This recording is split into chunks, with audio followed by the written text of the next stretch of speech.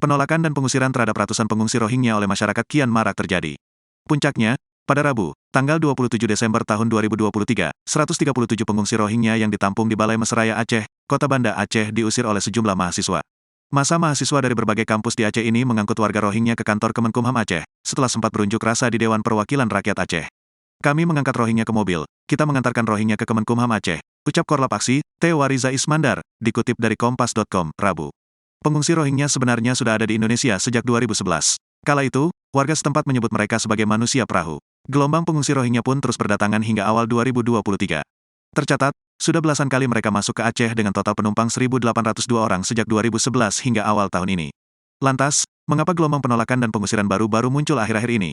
Direktur Eksekutif Amnesty International Indonesia Usman Hamid mengatakan, fenomena penolakan dan pengusiran pengungsi Rohingya bermula dari ujaran kebencian di media sosial.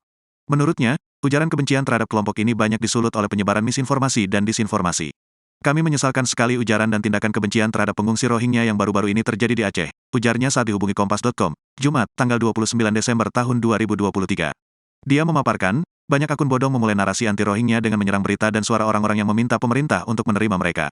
Serangan kebencian itu dituangkan dalam bentuk ujaran rasis dan kata-kata kotor oleh akun-akun tanpa pengikut yang tidak pernah membuat unggahan. Mereka kemudian didukung oleh buzzer yang tidak ada pemahaman tentang masalah Rohingya, kata Usman. Sekarang, penyebaran kebencian itu telah menyulut tindakan nyata berupa pemindahan paksa yang kejam, tidak manusiawi, dan merendahkan martabat manusia, sambungnya. Selain Indonesia, Usman mengatakan, fenomena ini sebelumnya juga terjadi di negara lain, seperti Malaysia dan Myanmar. Di Myanmar, misalnya, kampanye kebencian dan disinformasi masif terjadi di berbagai platform media sosial pada Agustus tahun 2017. Penolakan Rohingya, menurutnya, juga ikut didorong oleh orang-orang yang terafiliasi dengan pasangan calon presiden dan calon wakil presiden. Mereka menggunakan sentimen nasionalisme sempit dan retorika demonisasi yang membelah masyarakat ke dalam kutub kitab bangsa Indonesia dan mereka yang anti bangsa Indonesia, jelas dia. Usman menilai, kelompok ini ingin meniru retorika pemimpin-pemimpin konservatif sayap kanan di dunia, seperti India, Hungaria, dan Belanda. Dia pun menduga, kelompok tersebut mencoba memanfaatkan isu Rohingya untuk kepentingan penggalangan suara. Mereka menganggap narasi anti-asing, khususnya anti-pengungsi dan anti-imigran cukup efektif meraih suara. Bahkan, dengan memanfaatkan xenofobia atau ketakutan terhadap sesama muslim, ujarnya.